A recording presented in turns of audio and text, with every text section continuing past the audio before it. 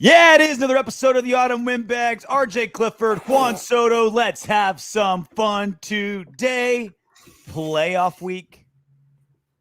Feels in good. the playoff week. Normally, when I'm talking about playoff week, it's like, all right, where am I going to go to watch the games?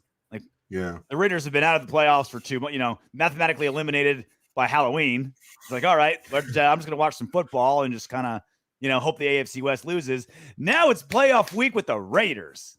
It is a special feeling. I'm literally just billionaire strutting everywhere. It feels great. Don't you want to win? Get a taste. See what it tastes like. Yeah. See what that win tastes like. I'm excited. Like I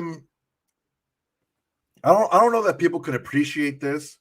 There have been quite a few wild card teams to make it to the Super Bowl.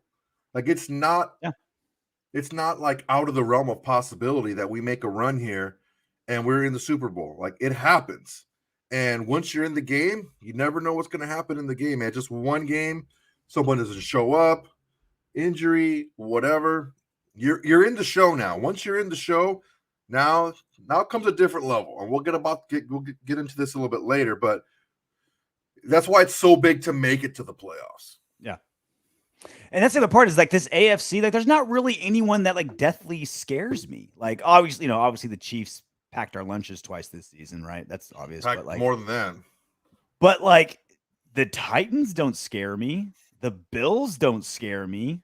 The Bengals don't scare me. We already beat the Steelers. It's like there's no daunting figure in the AFC that I'm like, all right, we're going to be underdogs to just about everybody we play, right? Like obviously everyone above, like, the 4 seeds above us are going to be betting underdogs. We're 5.5 point underdogs to the Bengals. I still feel confident. The more and more I look at that matchup, the more confident I get about it. It's like, this is a wide open AFC. Like there's, and all the really good teams have shit the bed against really bad teams this season. There's no, 14-3 team. There's no team that just destroyed everybody. Right. It's like the Titans #1 seed. I'm not afraid of the Titans. Like they don't, Ryan Tannehill, like their defense. It's like, yeah, they're going to probably run the ball up our ass. And there's a lot of things they can do, but it's like, I don't fear anybody in the AFC. When there were 16 games, the big talk was you have to have your seasons in quarters. Mm-hmm. How do you play the first, second, third, and fourth 4 games? And if you take a look at our last 4 games, maybe we don't pop out offensively or, we don't have eye-popping stats, but we're finding ways to make these games ugly. We're finding ways to to force teams to play our game, to force teams into our style of game. We're keeping it close, and I don't know that anyone's playing any better as far as muddying the play, making the play a little bit. We're not a comfortable team to play anymore. Like dirty box. You're not going to be able to like when Couture fought Belfort. Like he just pushed him up against the fence and he just tugged on his head and just made him uncomfortable the entire fight. And it's like, that's what we do. Like, we're going to make you uncomfortable. You're going to get some plays. We're going to get some plays back and forth. But it's like, you're never going to really be able to run your offense the way you want to run it. You're going to have to do like Justin Herbert and get a ton of 4th down conversions because we're stopping you on 3rd downs. And, didn't let the Colts really run the ball the way they wanted to. Didn't let the Broncos run the ball the way they wanted to. Definitely not. Didn't let the Browns run the ball. These are all teams that have specific things they want to do. And believe it or not, despite Joe Burrow and his freakish passing yards this last month or so, they do want to get the ball to Joe Mixon a lot.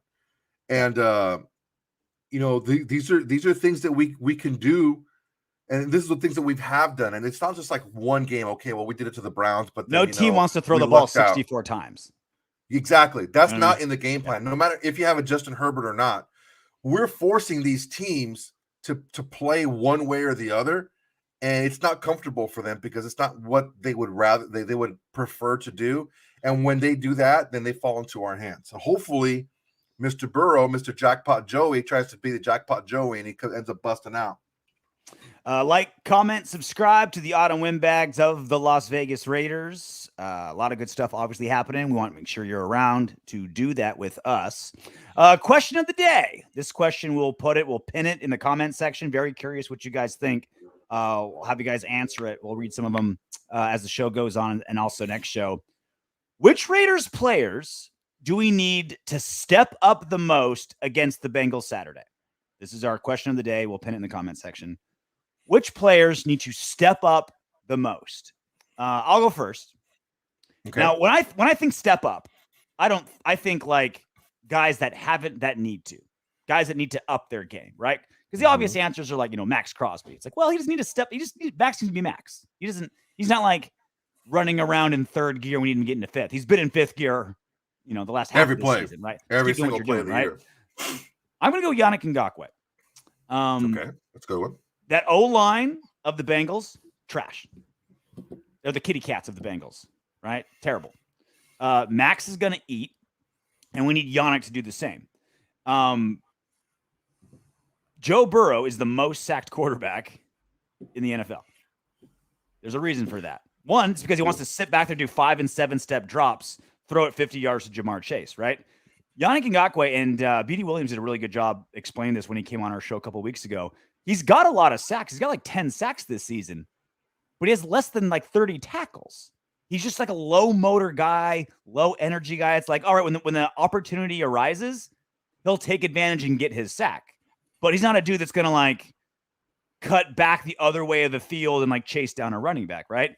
Hopefully, with it being the playoffs, with it being such a big deal, with him playing a crappy O-line, the light goes off in Ngakoue's head, and he's just like, all right, I'm going to ball out today.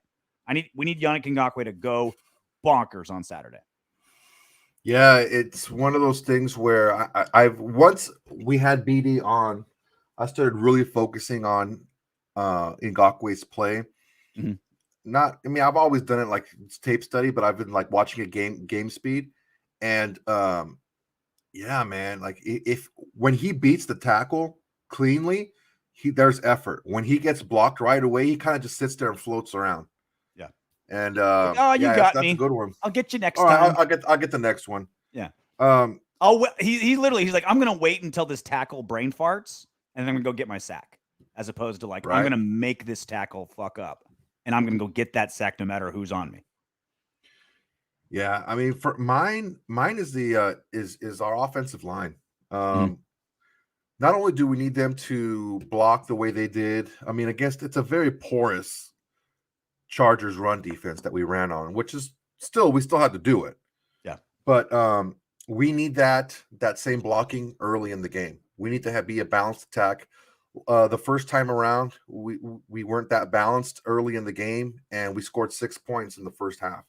Yeah. So we need to make sure that we're a little bit more balanced. Derek Carr has shown that he's a much better distributor of the ball when he picks and chooses his moments to throw the ball, as opposed to having to throw the ball every play almost.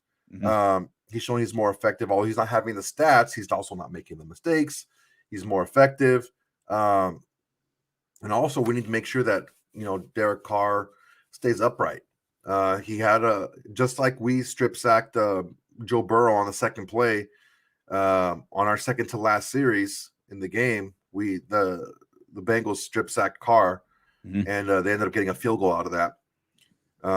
So it really comes down to, are we going to be able to run the ball, and are we going to be able to protect Carr? If we can do that, it's going to be a much different game than last time. Last time was more of a defensive struggle until late. If our offensive line shows up the way they have this last month or so, it's going to be a lot different game. I also need Darren Waller to go off. He had a really good game the first time we played. What were his numbers? He had a really, really good game. 7 receptions, 116 yards when they played the first time. And the Bengals are just bad against tight ends. Like they consistently give up a lot of receptions, a lot of yards, a lot of touchdowns to tight ends. On paper, he's the best player on our offense. Darren Waller, right? He's been hurt. How healthy is he? He's one of the best players on the field on paper.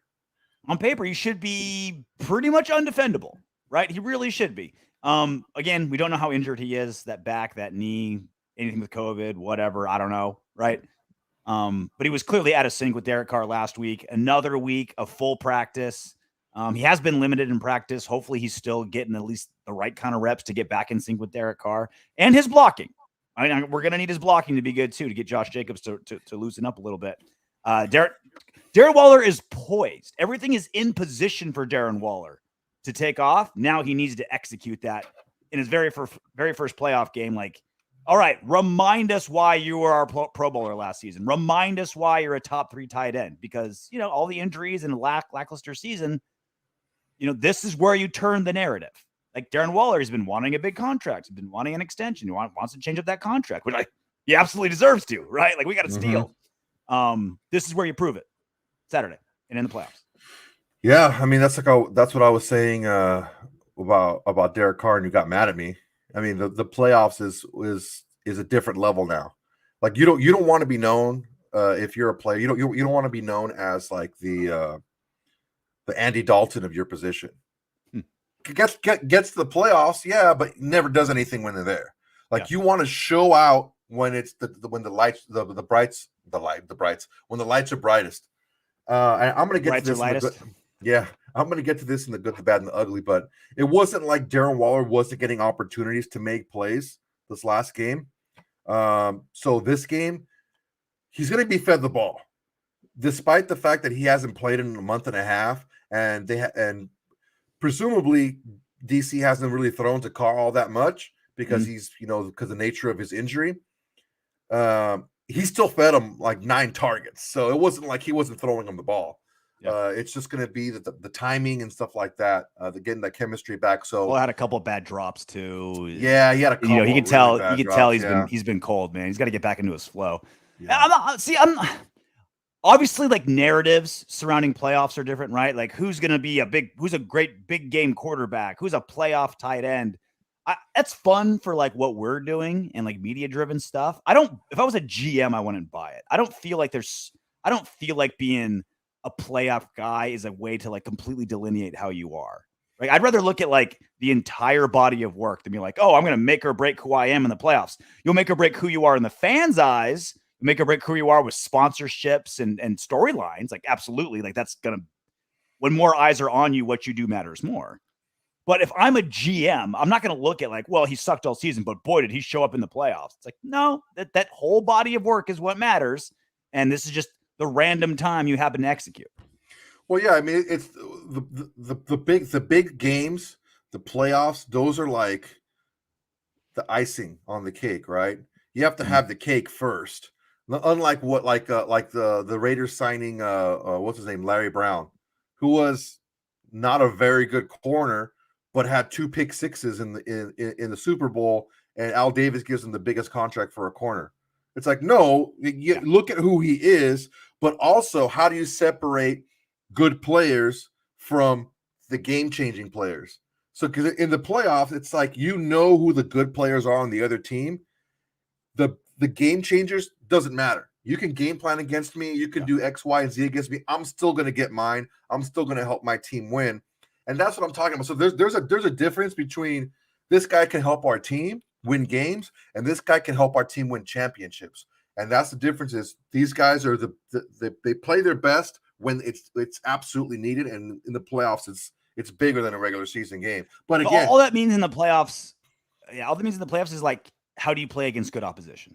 Right? Like you're not playing shitty teams anymore, right? You're in the playoffs. Like that's what it is. Like, do you play against good opposition in the playoffs and in the regular season? Or are you just one of those like stat patters where it's like, all right, I got the Jaguars, I'm going to get my 150 yards, That's one of the knocks on Max is he eats up inferior tackles when he gets goes against, better opposition.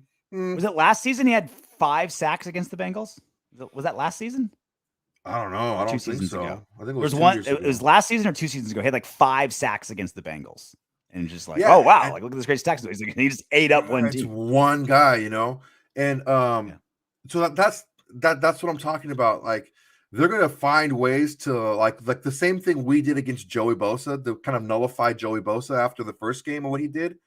That's what they're gonna do against Max. Now, to our benefit, we do have someone on the other side who can beat tackles cleanly, but this is like the extra gear you have to have. Even if they're doing things specifically against you, you still have to make plays. There's no excuses here. It's just production. We are 2-1 in rematches this season. FYI, right? Obviously, we play 3 teams twice, 2-1 in rematches. All right, so that's a look. All right, that's our question of the day. Which Raiders need to step up the most on Saturday? Leave it in the comment section. We'll pin the comment for you. But now, you know what time it is. The good, the bad, and the ugly. I am still at half-mast after Sunday night's game. Raiders 35, Chargers 32 in overtime. A lot of things to like, and clearly some things that we got to work on, letting 6 to 7 fourth down conversions on Justin Herbert and company. Still got the W. 4th straight win. 4th overtime win. I think it's the 6th time it's been a walk-off score. Yeah, 6 walk-off scores this season. Yeah. 6. One. You keep that game tight, we'll go to the finish line. And like I said before, you keep that shit tight. Like, you know, the Raiders aren't going to go away. Like, you're not going to be able to push them around anymore because they've just been through too much and they keep fighting back. So yeah, you have to like blow us out to really keep us out of the game. All right, we're going to start with the good, like we always do. The first good. Josh Jacobs, 26 carries, 131 yards, and a touchdown. 5 yards, a little over 5 yards a carry. Great job. The absolute perfect time for him to have his best game of the season. We needed him. We needed to control the clock, which we did. We had 7 more minutes of time of possession, 38 to 31 minutes-ish around there and change. And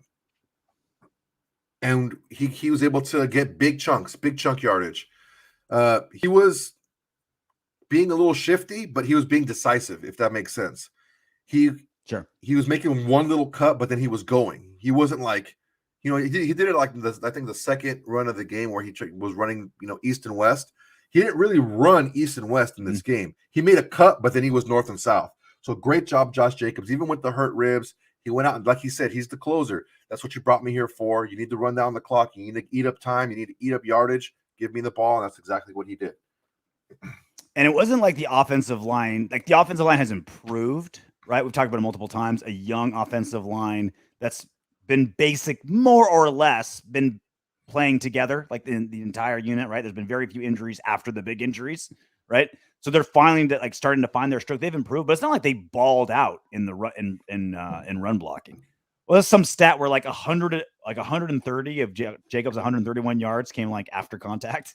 Like, he was bouncing off defenders all game long, and he was able to break free a couple times, but it was with busted ribs. Yeah, Jacobs ran with just anger. Now, the reason why I did put the offensive line in the good is for 2 reasons. Carr wasn't running for his life in this game, right? Part of that was because of the running game, but it also the offensive line is blocking better.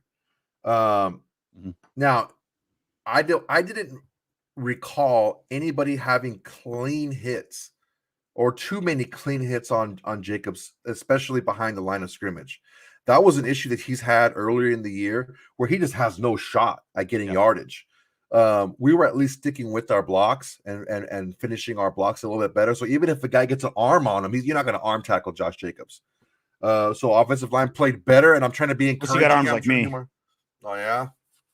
You need some pipes cleaned. Go ahead and give me those when you're done with them. Right there. Yeah. Well, how about this? Leatherwood didn't give up 1 sack, only gave up 1 pressure. I don't think there's a single penalty on Brandon Parker, the single penalty on Alex Leatherwood. So it's like, all right, how about we give you some participation points, right? Like, normally you're what's holding us back, and maybe you didn't play lights out, right? Maybe no one's gonna be electing you guys to the Pro Bowl, but improvement at the right time, that counts for something. We don't have to have every single player on our team be perfect. We would love it, but these guys, the defense, the opposing defense, they get paid too, right? We just want to see improvement. We want to see you win more often than not, at least get stalemates. And if you get stalemates, Josh Jacobs is going to be able to find a way to get to get yardage. Next on the good is our good friend of the program, my friend and yours, Hummer Renfro. He got only 4 catches for 13 yards, but 2 touchdowns. And those 2 touchdowns, he was, NFL wide open for running a short route. He was breaking ankles. Yeah, he was wide open. That's NFL wide open. If you didn't know, Denzel Perriman back, 9 tackles, 8 solo. Did not miss a beat. Just doing what he does. Just what he does, man. He's the hammer. Faison, 7 tackles, all tackles solo, which tells me those are all tackles either out wide on wide receivers on short passes, or coming up in run defense. He has 1 tackle for loss and 2 passes defense. Man, what's going on here? I'm freaking burping like crazy. So Brandon Faison, you're on the good. Nate Hobbs back in the good. 7 tackles. And 5 solo, got a tackle for loss, a big tackle for loss on a big third down play, and a pass defense. So great job, Nate Hobbs. Our good friend. How about also just random the good? After a giant win like that, everyone's jacked up. It's a night game. Everyone, I feel like, on the Raiders went home. Just go home, dude. They didn't open a bottle, didn't get behind the wheel. Everyone just went home. Let's count that as a win for once, huh? Well, I think it's more of a thing that, like, just what Carr said, we're not done yet. I think everyone feels that way. Like, okay, now that we're actually there, okay, now I got to stay home because I ain't trying to catch COVID. I ain't trying to catch a case. I'm not trying to catch a body. I think they're also just fucking exhausted from playing 5 quarters of football. It is exhausting. Running all over the place. Over 30 points scored for both. Like, in the trenches, it was a grind. DBs and receivers were sprinting everywhere. Like, that fourth quarter was a track meet. It was a track meet for 20 minutes. Fourth and long. That's a lot of plays, exhausted. Man. They didn't have any time to go party. They were like too zapped to party. Like, they literally went home and they're just like, "Hey, baby, I'm just gonna lay here. You do what you want to me." But like, daddy isn't delivering tonight. I'll see you in the morning. Like, yeah, just don't judge me on my performance tonight. After the game, and I'm not at my best. I apologize. Yeah, just shower and just go get home. I just want to get home. Like, just get me in my bed. Ice, Tylenol. Yeah, right. Max, 6 tackles, all solo tackles, 3 tackles for loss, 2 sacks, and 3 passes defensed. What else can you say, man? He's a disruptor, and he's when you talk about game-changing players, that's a game-changing stat line. Tackles for loss, so he's tackling the running back behind the line of scrimmage. So he's ruining and he's disrupting your run game. Now, it's foolish to think that those are the only times he gets into the backfield again in the run game, right? He's affecting the running game as well, even if he's not making tackles. He had 2 sacks and 3 pass defense. One of them was when he knocked the ball basically as Herbert was throwing it, and he ended up still being able to throw the ball, but it just it was a kind of weird play where Herbert got his arm hit, and then he continued to throw, but then he thought it was a fumble, so he picked it up and he was able to run another like 15 yards or so. But it was an incomplete forward pass. But he's just a disruptive player that day. Well, that's also the beauty of Max Crosby is his flexibility. Like, against Justin Herbert, like, obviously, like, the fourth quarter and overtime wasn't that way, but Justin Herbert's a dink and dunk guy. Like, that's what the Chargers want to do. Ball control, West Coast offense, 3-yard pass, 5-yard pass, throw to him in strides. Like, he just like really quick passes. It makes it really hard to get home. 3 passes defended means, okay, I'm going to change. Maybe I'm not going to get home and cause a disruption as much. So just get my hands up. Let me just get in front of Herbert, get the hands up and bat some passes down. Like, that's the other part that Max Crosby is adding to. Before he was just a pass rusher. Now his run defense is getting better. His pass rush is more diversified now, not just getting pressures, not just getting sacks, but based on how the quarterback is and how the offense is drawn up, he'll adjust his pass rush, right? Saturday, with Burrow just doing 5 and 7 step drops, trying to make 50-yard bombs, he's just going for pressure, right? He's just going for sacks, right? You're not going to bat down, Burrow just leaning back and hucking 40 yarders, right? But against Justin Herbert and the Chargers, let me get in the path of those passes, right? Because they're going to be low and they're going to be fast. He's just getting better every game, it seems like. His football IQ is just starting to grow because he's almost like a Fedor Emelianenko. Like you can see him changing up his game plan mid-fight. Yeah. Maybe even if his game plan is working, but something else would work better from what he's seeing. Just a very smart, intellectual approach to play. And Max, he was getting chipped and he was getting pushed around. So what did he do? He lined up at D tackle and he's doing stunts and trying to find ways to get himself a quick, clean release against one player as opposed to taking on two or three. Omar chiming in. I feel bad for Waller. Seeing him press the man is in pain mentally and socially. Derek Carr needs to invite him to his home, go to church, and find him a soulmate. I mean, if by soulmate you mean a chick, I don't think Darren Waller. Women weaken legs. Is there anyone on the Raiders roster who has less of an issue getting laid than Darren Waller? He's a handsome man, dude. The wife don't think so. Loves him. The wife is a good-looking man. Darren Waller. He's a good-looking man. I'll freely admit it. If I had to list every single player on the Raiders roster in order from the least likely I want to be around my girl to the most likely, I'd probably put Darren Waller 1. You know who should be number 2? Denzel Perryman. He's funny, great personality, yoked up.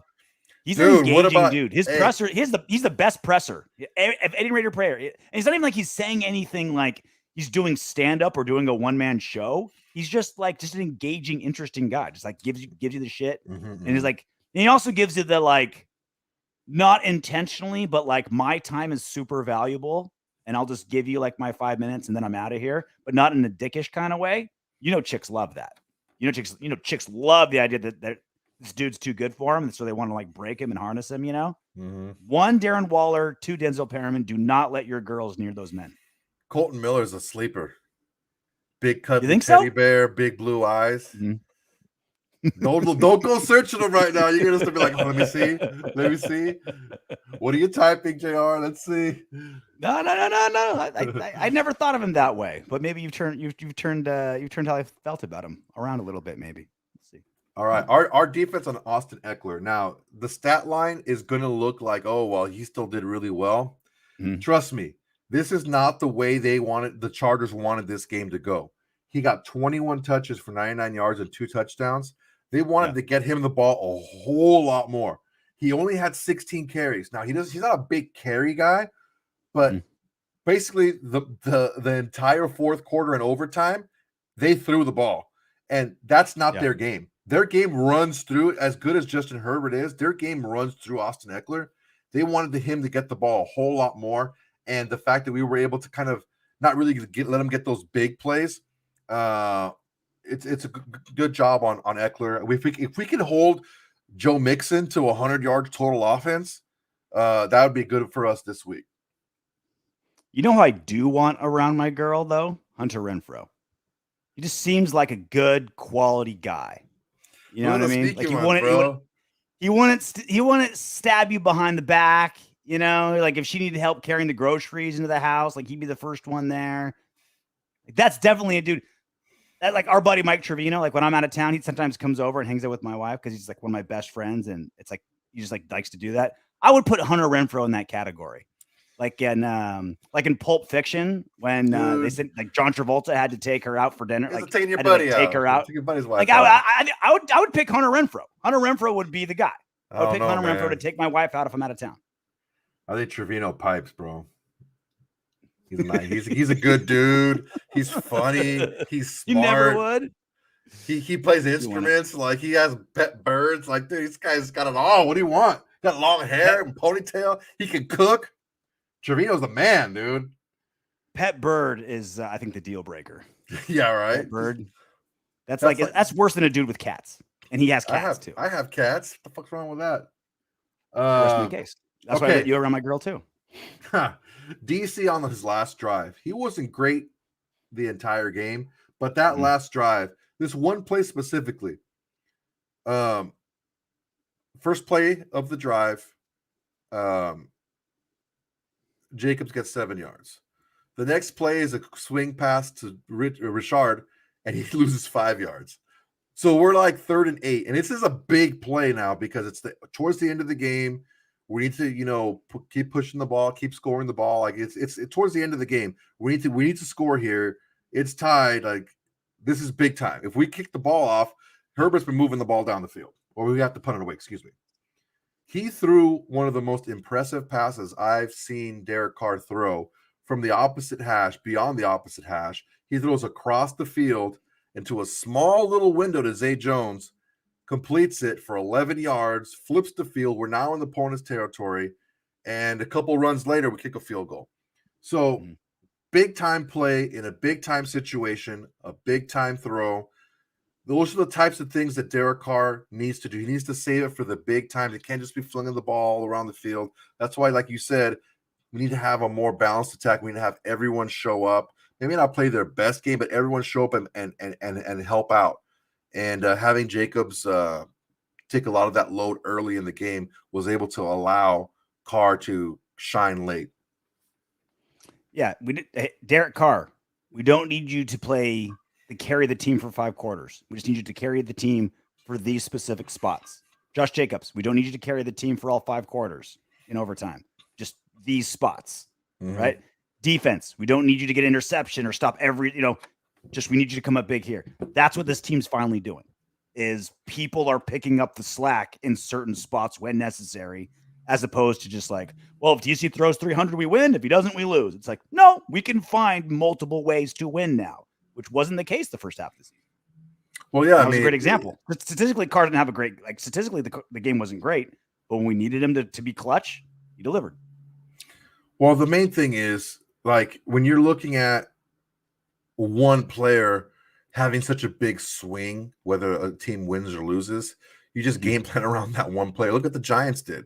The Giants basically made it very difficult by disguising a lot of their coverages and confused Derek Carr because he's not great. Post snap, if he's confused, he just kept checking down. And they totally just confused him, man. Now, if you have a run game, you can't do that because now we're dictating what we do against you as opposed to you dictating what we see.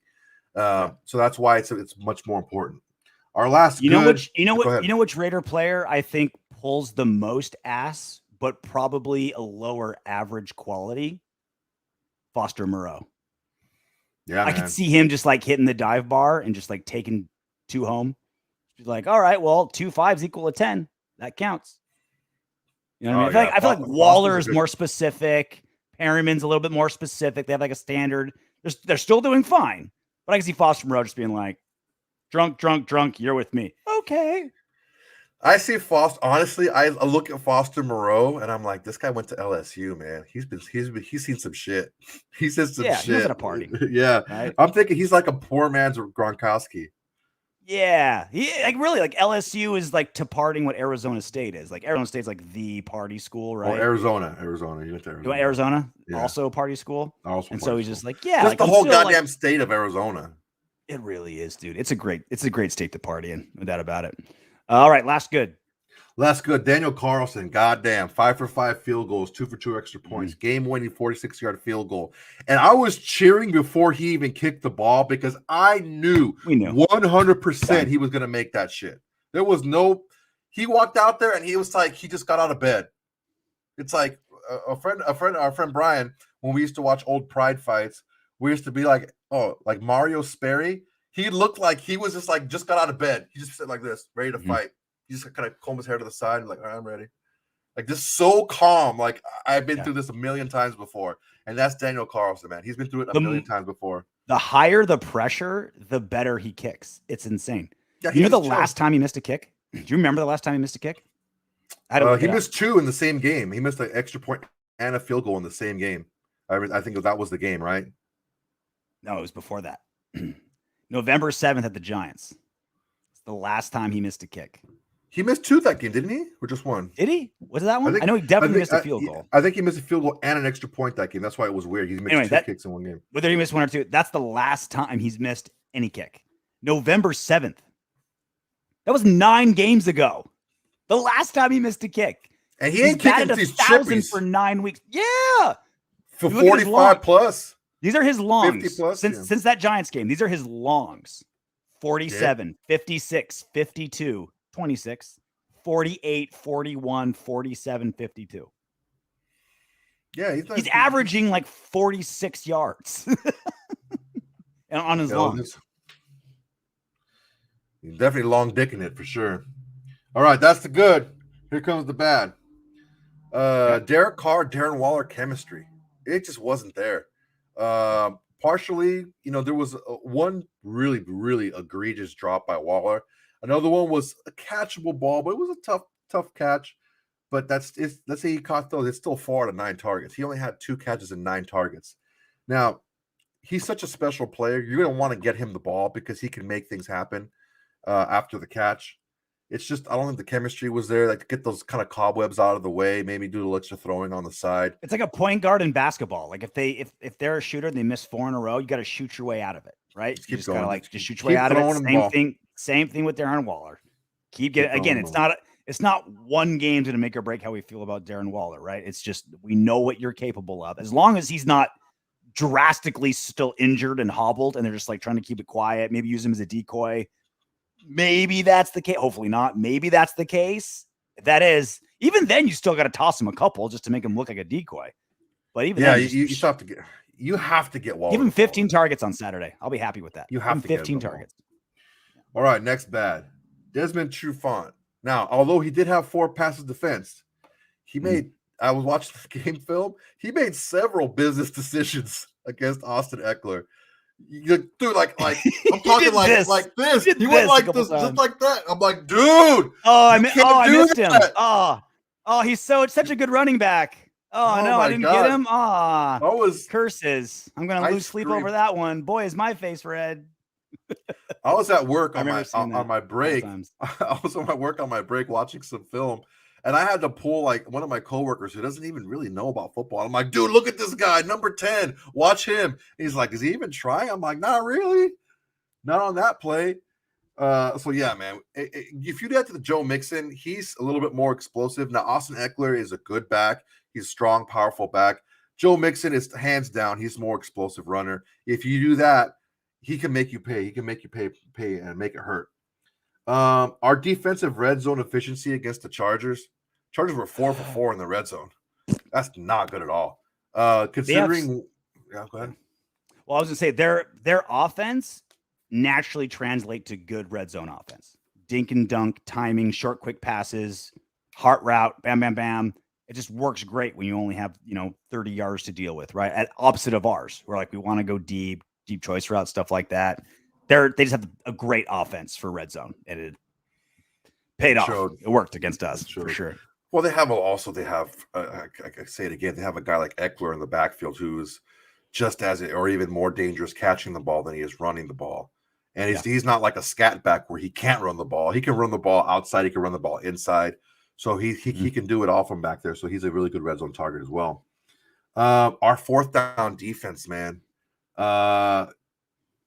Just in the 4th quarter alone, 4th quarter and overtime alone, Chargers were 3 for 3.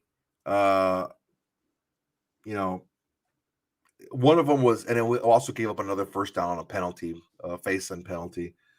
But man, that game should have been over 4 times. But it's a weird bad good stat because we got them to 4th down so many times. Like there's multiple series where he'd go 0 for 3 on first down, second down, third down, incomplete, 4th and 12, 15 yards, first down. And then again, start over. Incomplete, penalty, 4th and 15, 22-yarder. You're like, God damn it. Like there was genuinely 7 or 8 4th downs that if we would have stopped it, the game was over. Like the game was over. They had no chance. They had no chance to recover on like literally like 6, 7, or 8 4th downs. And they got all of them. Yeah, it wasn't like they were gaining small chunks of yardage every play and made it like 4th and 1 or 4th and 2. Like these were 4th and 8, 4th and 9s, 4th and 20s, like they were like long 4th downs. So that needs to get cleaned up. We need to make sure we get that cleaned up. Now, there was good, there was bad, and there was also ugly. And there was Soto. Oh, ugly. Yeah. Yes. So Brandon Staley, the head coach of the Chargers. We're Media running the ball darling. media Analytics darling, genius. right? Yeah. After the throw that I chronicled here about Derek Carr's throw, we didn't throw the ball after that. We just ran the ball a few times, right? And, they didn't call timeouts. It was under a minute. They didn't call timeouts. We didn't call timeouts. So we're just like, it's like when you hit somebody with your car and it's like neither one of you have insurance. So you're just like, you want to just take off? Like, what do you want to do? So it's like they're just looking at you like, well, I mean, you could just both. It's like when you run into your priest at the strip club. Like neither one of you are supposed to be there, but one of you's not supposed to be there more. Yeah, right. So you're just like, so you're just kind of like, I got you, but I don't want this to get out. Like I've got one over you, but you got half of one over me, type of thing. So we all know he called timeout, and the excuse that he gave is he wanted to put a better run stop package in. He wanted to put more run stoppers into the game because he knew we were going to run the ball. And then Josh Jacobs proceeded to gain 10 yards the next run. Yeah. So that didn't work out too great. It just was not a smart play by him. I don't understand it. I don't think really anyone else understands it. That is a decision that can change a narrative on your decision making moving forward. I don't think he's going to have quite the autonomy to just go for it on fourth down from his own 18 or whatever yard line or 28 yard line. Like, I don't think that's going to happen too much going forward.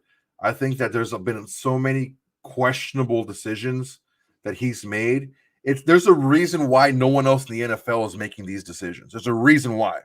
Yeah. Just kind of like you and I talk about some of the Raiders draft picks. There's a reason why no one else was looking at this player in this round.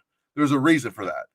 Same thing. There's a reason why these coaches aren't doing the same things that he's doing as Coach Staley's doing. So I see the rope being a little bit tighter on him for next year, whether it's from a GM or the owner, or they just have conversations about it. But yeah, he's been given a lot of latitude, and it's his first year and he's learning. But yeah, a lot of questionable decisions in that game. Well, one thing on Staley, and then a couple more things on that timeout. He's bought himself a lot of equity in that. Like, the beautiful thing about being purely analytical is you can always just blame it on the analytics, right? You can always just say that decision. Oh, the math said to do that. I can just blame math, right? Even though, but it has I think being too that, far though. Analytical. Well, that's my point. Is like you could say like the math says this, but the math doesn't take everything into consideration, right? Do you go for on 4th and 1? What if your center is injured? What if you haven't been running the ball well, right? Like there's a million other variables that don't take into that factor, right? And the other part was his holier than thou speech to the media when John Gruden got canned for the emails.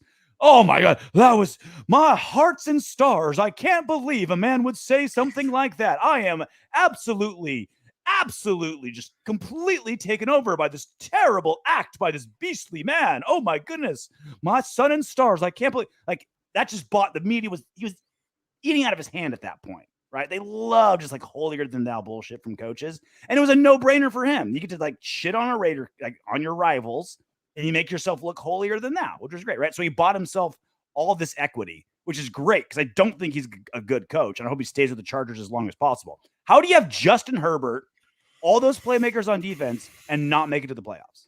He has a short leash. The Chargers are literally, we had this conversation. The Chargers are better than the Raiders at every position except for like 2. And we beat them and went to the playoffs. Tight end and kicker. Yeah, like, that's basically it. Yeah, our 2 kickers and our tight end is probably it. Like, which those rooms are the only ones better, and we still beat them. Yeah, and I think the big thing is like our team unity is something that's very underrated when it comes to wins and losses. Guys believing in each other, playing for each other. But coaching is a big chunk of that too. It's a massive chunk of that.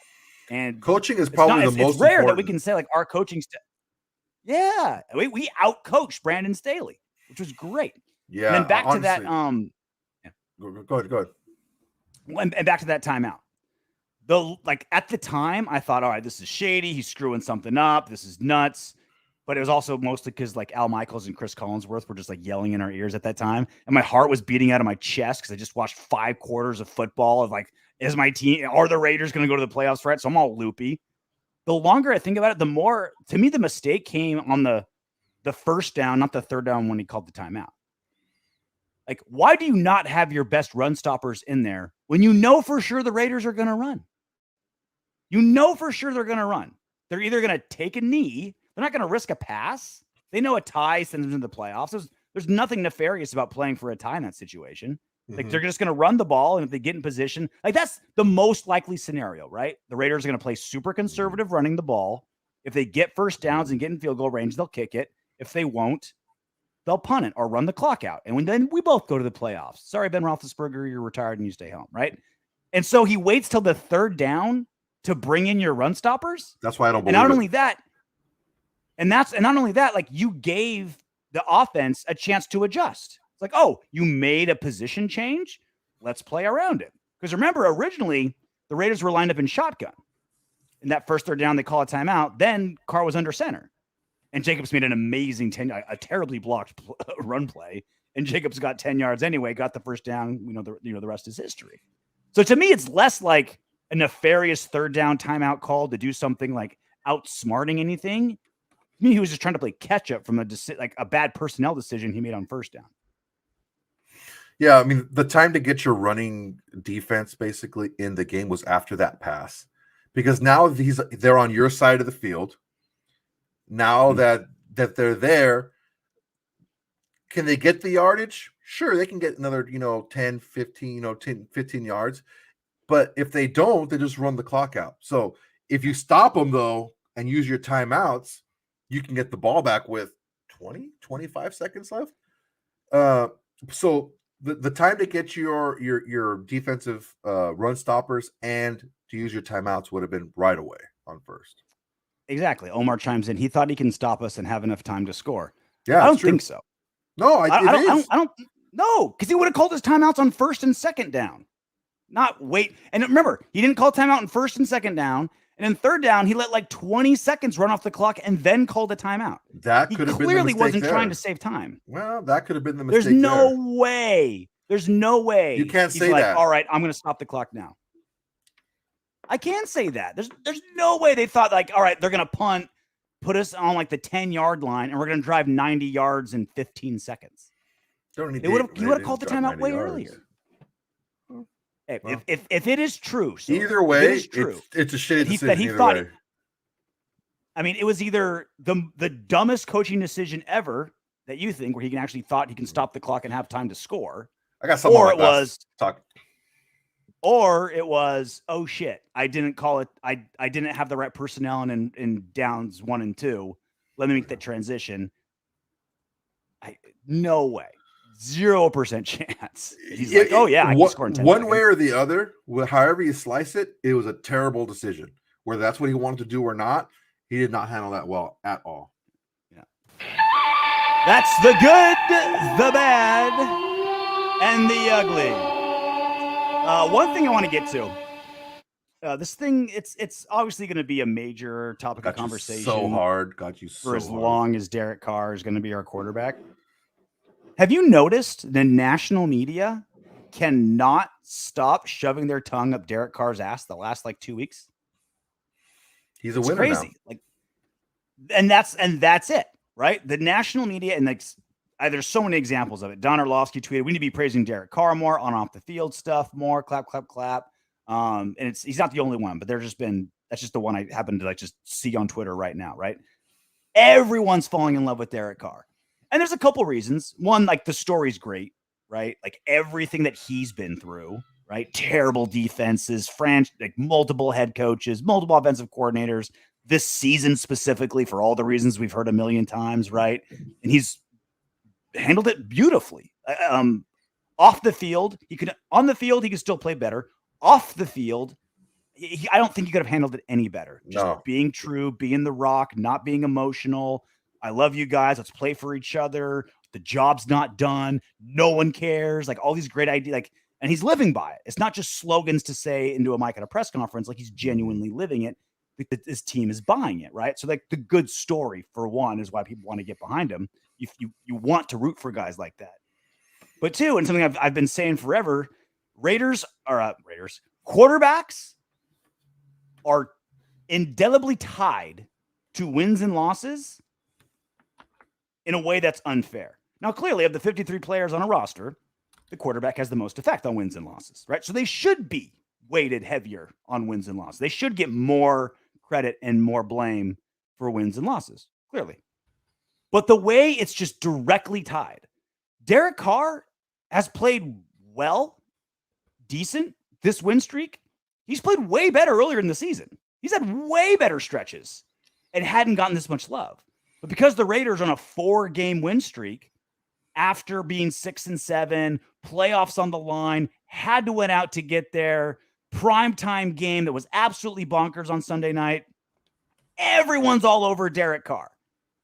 And it's great that he's finally getting attention. But as much as I've been pissed, Soto, at you and a bunch of other people that shit on Carr for the wrong reasons, he's also now getting love kind of also for the wrong reasons, right? Like he's not playing better than he ever has, but the team's winning.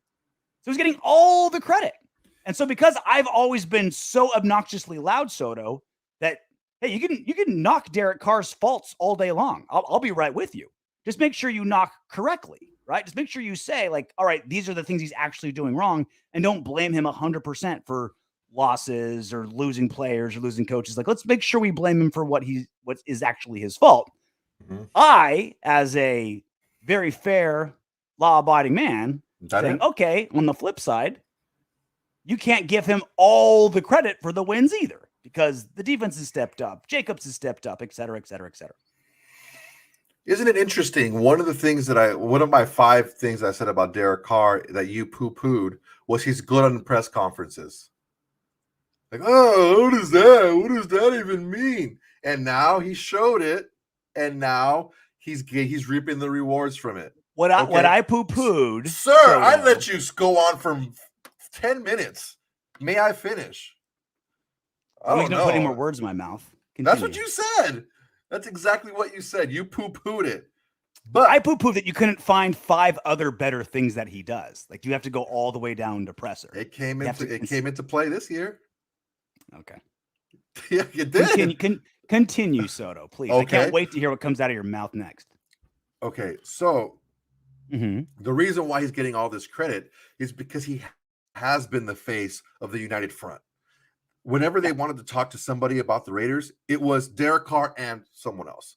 Derek Carr and the coach, Derek Carr and a player, Derek Carr and the GM. But it was always Derek Carr. And he's always been the one who's been very consistent about the message he's relaying. We're together. We're playing hard. We love each other. We're there for each other. And that's the United Front. And so he's the face now of the Raiders. It's not John Gruden anymore. It's Derek Carr. And it's like I said before, it's almost like the Joe Judge thing, the coach of the Giants that just got fired. He was like big and tough, and we're going to do this, and we're going to do it. And like you didn't see it on the field. So it just came across as just like hollow, right? An act.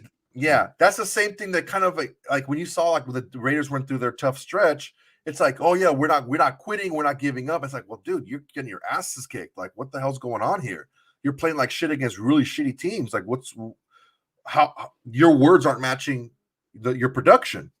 Yeah. Now when the words start matching the production and you see they're fighting hard, you see they're playing well, you take a little bit now. And also another thing, the reason why he's in the spotlight is there's only 14 teams left. So there's not a lot of stories out there, right? There's not a lot of player stories. And there's really no interesting press conference guys on the Raiders other than like Derek Carr. You know what I'm saying? Like Hunter Renfrow just gives you the lines. Rich Bisaccia never wants to talk about himself, never wants to like get into the depth. You know what I mean? He's just like, here's like the basics, move on. Derek Carr's the one that like gets emotional, that like drives points home, that goes off on something, right? I still think you use that as when for top 5 things about Derek Carr, you still use that like as a dig, but you just lucked out that it actually panned out that way. But I'm glad you're seeing the light. If you want to just stick to that, I mean, it just almost like I was seeing into the future, and I said, you know what, this is going to come into play this year. It wasn't analysis; it was clairvoyance, is what you're saying. It could have been. I had a lot of mezcal that week. I think we'll see in the future. All right, moving on. They released not our schedule, but we know all of our 2022-2023 opponents, home and away And here they are. Obviously, we play a home and away with the Broncos, Chiefs, and Chargers. At home, and then we're also playing the NFC West and the AFC South, and then 3 other teams. At home, we've got the Cardinals, Texans, Colts, Patriots, 49ers. On the road, we got the Jaguars, the Rams, the Saints, the Steelers, Titans, and Seahawks. Another rough schedule for the Raiders. Dude, that's tough, man. The Raiders not easy. Just get brutal. Well, one, obviously, the AFC West is one of the best conferences in football. 2, the NFC West is one of the best conferences in football. Who we're playing. And then we went to the playoffs. So like the 3 other random teams that we get are all good because that's what happens when when that's how they do it. Right? The Colts, the Patriots, and the Steelers. Those are the 3 teams. We get 3 tough teams because we're a playoff team now, right? And on top of the NFC West. So, bro, you know what sucks? The Jaguars are going to be 1 year better because they're going to get Etienne back, the running back that they wanted to have, like the change of pace quicker back. They have like 2 top 7 picks, don't they, too? I think so. And then Trevor Lawrence is going to have another year under his belt. He's going to have better coaching, not that dumpster fire freaking Urban Meyer.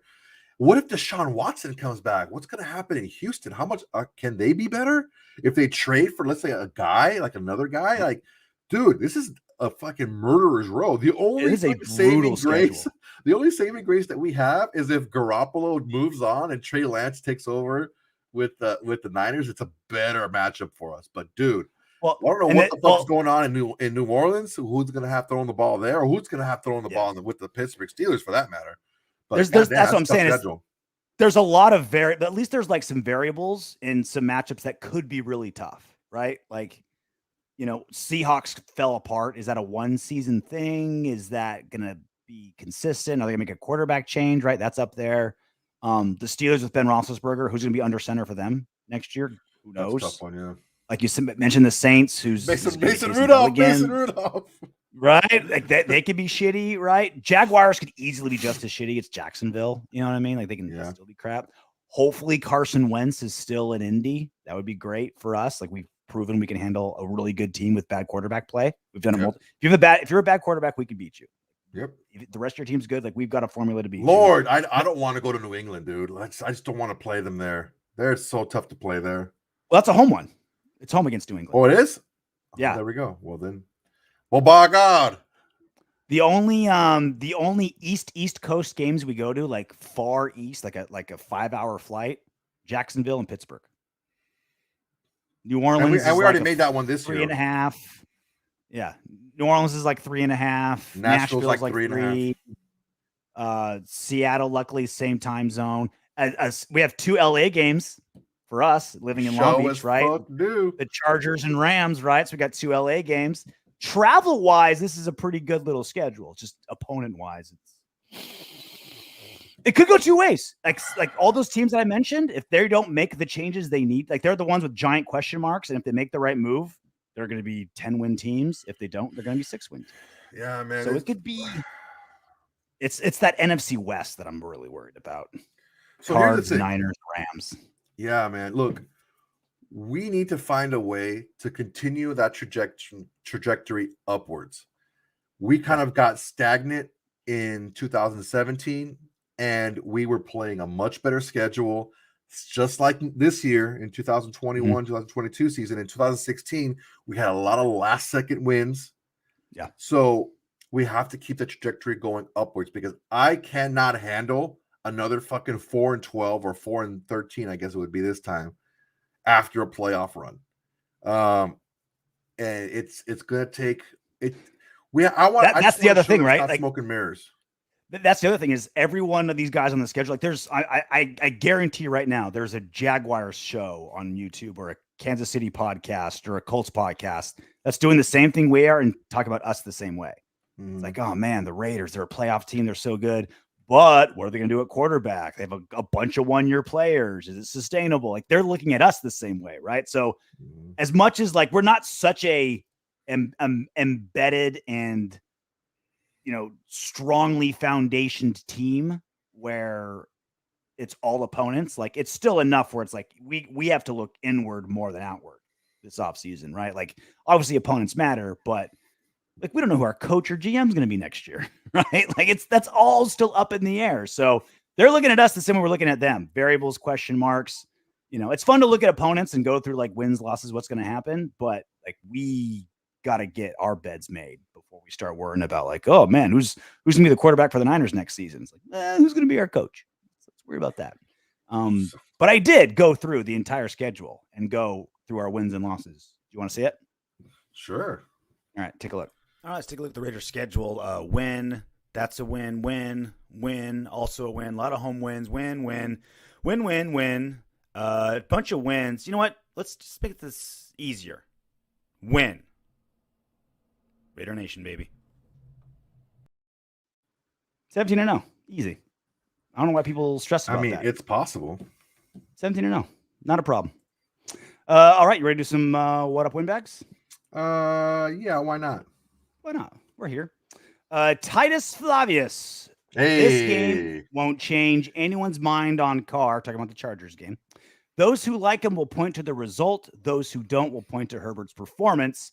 How, when the game was on the line, the Raiders gave the ball to Jacobs while the Chargers gave the ball to Herbert. He makes a good point. Like when we talked about earlier how like the national media has changed how they view Derek Carr. Raider fans, I feel like, have dug in so deep, whether they love or hate Derek Carr, that I don't think this win streak is going to affect anyone's mind. Like it is so like people have dug into the trenches on the Carr topic on this fan base. It's uncanny. As much as you want to say that I hate Derek Carr, I don't. I hate his inconsistency. When he plays level like this, this is why I believe Derek Carr gets the game manager moniker, is because the team is at its best, even when it's in a rough situation, when it's balanced. Sure. It's different with Herbert. Herbert's just a different animal out. He's going to be one of the best quarterbacks. If he's not already, he's going to be one of the best quarterbacks in the league soon. Just wait for it. That's why he's getting the ball. That's why the ball's in his hands at these moments. Carr has been shown that he can do that. But if we want to win consistently and beat good teams, he can't be the 400-yard passer guy. That just can't be it for him. He's just prone to too many mistakes. And it doesn't change my opinion of him because I'm so hard on Derek Carr because I know what he can do. He's just not consistently doing it. That's the better answer to my question. You don't hate him. You just want to burn down his house and salt. I don't want to do that. Jesus Soria. Always use that. Is he a farmer? I don't understand that last part. I mean, he's from Bakersfield. A lot of farming out in Bakersfield. That's true. Farm town. Jesus Soria. I love the energy, my guys. I'm in Vegas. I wasn't at the game itself. I walked the strip after the game. No energy. Tons of fans. No Raiders being yelled proudly. Found myself being the one of few yelling Raiders and talking shit. Raider football next week. Let's go, baby. So I've been curious. Like, I know a lot of people, like a lot of radio hosts and stuff, Las Vegas based, and we just haven't gotten the schedules down to get them out here, get them on the show, but we will. I promise we will soon.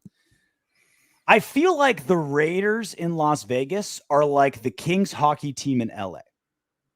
People like talk like LA's not a hockey town. You guys don't care. There's, of all the things to do in LA, going to a Kings game is number like 123 on the list, right? And that may be true. This is the problem. Because LA is so big, the diehard Kings fan base is huge.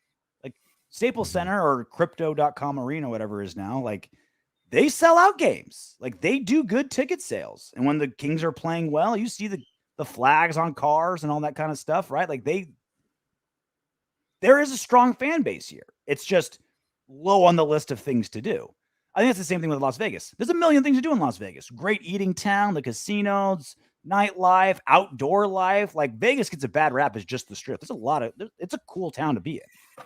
And so it's like, yeah, like there's a diehard fan base, but it's not the beating heart of the city like it is in some other NFL cities, which look, they had they were 500 record last season.